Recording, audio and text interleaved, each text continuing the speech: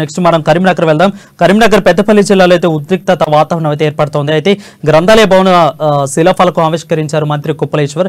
అయితే కాలేజీని కూల్చివేసి గ్రంథాలయాన్ని ఏర్పాటు చేశారు అని అక్కడైతే విద్యార్థులు కాలేజీ భవనం దగ్గరికి వెళ్ళి వాళ్ళు నిరసన వ్యక్తం చేస్తున్నారు. అయితే మంత్రిని అడ్డుకునే ప్రయత్నం కూడా వాళ్ళు చేశారు. దీని మీద పూర్తి అప్డేట్స్ మా ప్రతినిధి శ్రీకాంత్ అందిస్తారు. శ్రీకాంత్, చెప్పండి, ప్రస్తుత పరిస్థితి అక్కడ ఎలా ఉంది? అయితే వాళ్ళైతే గట్టిగా కోరుతున్నారు, మా చదువులను అయితే పాటు చేశారు, మా తల్లిదండ్రులు ఎక్కువగా ఉండే ప్రైవేట్ వాటిల్లో చదివించలేకే కదా గవర్నమెంట్ ఆటోలో చదివించింది, మరి మీరు ఎందుకు ఈ భవనాన్ని కూల్చివేశారైతే పర్టికులర్ గా అయితే విద్యార్థులు అక్కడ అడుగుతున్న పరిస్థితి అక్కడ మనకు కనిపిస్తుంది. మీద మంత్రి ఏమైనా స్పందించారా?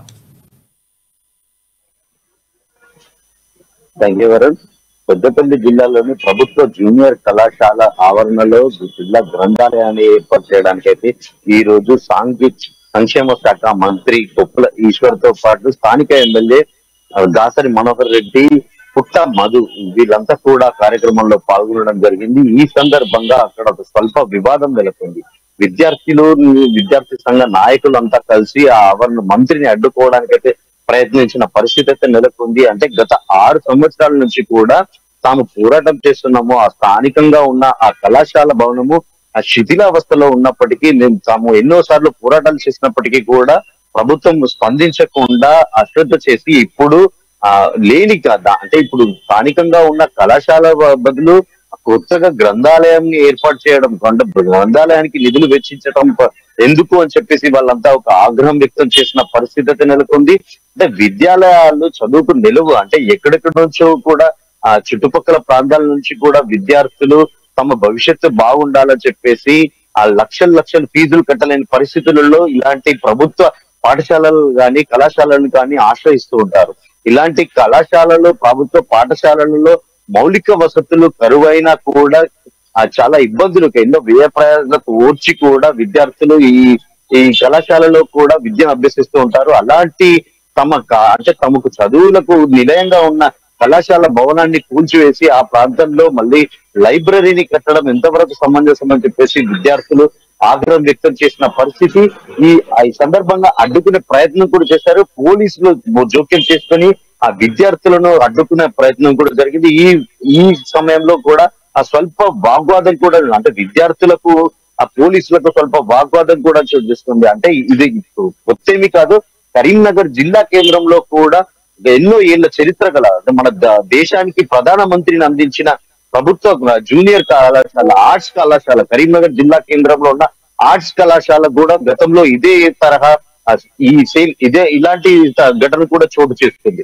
అంతే దేశానికి అప్రచాణిక్యుడిగా చెప్పుకునే పివి నరసింహారావు చదివిన కళాశాల భవనాన్ని కూడా మైదానాన్ని కూడా పూర్తిగా ఒక పార్క్ కోసం దాన్ని అంతా కూడా డిస్మెంటల్ చేసి పార్క్ నిర్మించడం కోసం కూడా ప్రభుత్వం పూనుకుంది. అంటే ఎక్కడికక్కడ విద్యార్థుల సమస్యల పట్ల స్పందించి భావి భారత పౌరులను రూపుదిద్దే ఈ కళాశాల నిలయాలను అంటే విద్యాలయ నిలయాలకు కూడా అంటే ప్రభుత్వాలు నీరు గరుస్తున్నాయని చెప్పవచ్చు.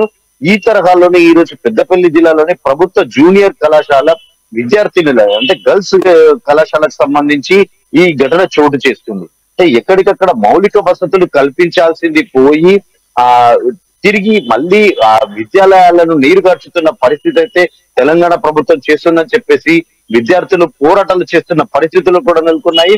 విద్యార్థి సంఘ నాయకులు కూడా పెద్ద ఎత్తున ఎన్నో సార్లు ఉద్యమాలు అంటే మౌలిక సదుపాయాలు సాక్షాత్తు సంక్షేమ శాఖ మంత్రి కొప్పుల ఈశ్వర్ ఈ కళాశాల గ్రంథాలయ ప్రారంభోత్సవానికి రావడం పట్ల కూడా వాళ్ళంతా కూడా ఒక ఆగ్రహం వ్యక్తం చేసిన పరిస్థితి. విద్యార్థినులు పెద్ద ఎత్తున నినాదాలు చేస్తూ కూడా వాళ్ళంతా కూడా ఒక పోరాటాన్ని చేస్తున్నారు. అంటే పోలీసులు వారిని అడ్డుకొని ఆ విద్యార్థి నాయకులను కూడా అరెస్ట్ చేసి తీసుకెళ్లడం అయితే జరిగింది.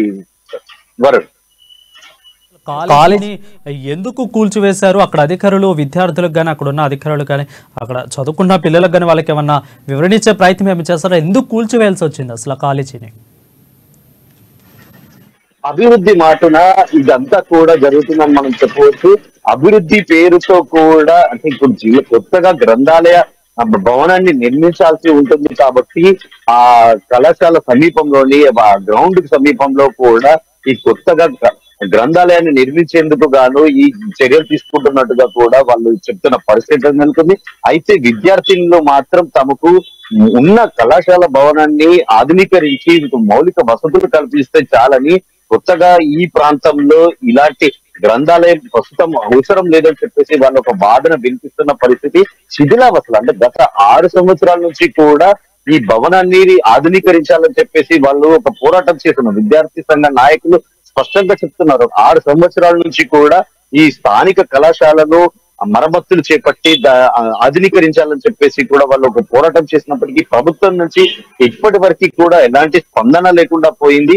కానీ ఇప్పుడు కొత్తగా ఒక లైబ్రరీకి సంబంధించి ఆ బిల్డింగ్ సంబంధించి ఒక పునాదులు పడడం ఏంటి అని చెప్పేసి వాళ్ళు ఆగ్రహం వ్యక్తం చేస్తున్న పరిస్థితి అయితే నెలకొంది. చూసుకున్నట్లయితే పూర్తిగా అక్కడ పరిస్థితి కూడా మంత్రి వచ్చి ఇనాగ్రేషన్కి వచ్చినా కానీ అక్కడ విద్యార్థులు అయితే అడ్డుకునే ప్రయత్నం అయితే చేశారు. కొంత ఉద్రిక్త దారితీసినా కానీ పోలీసులను నెమ్మదించే ప్రయత్నం అయితే చేశారు. Thank you Srikanth for the updates.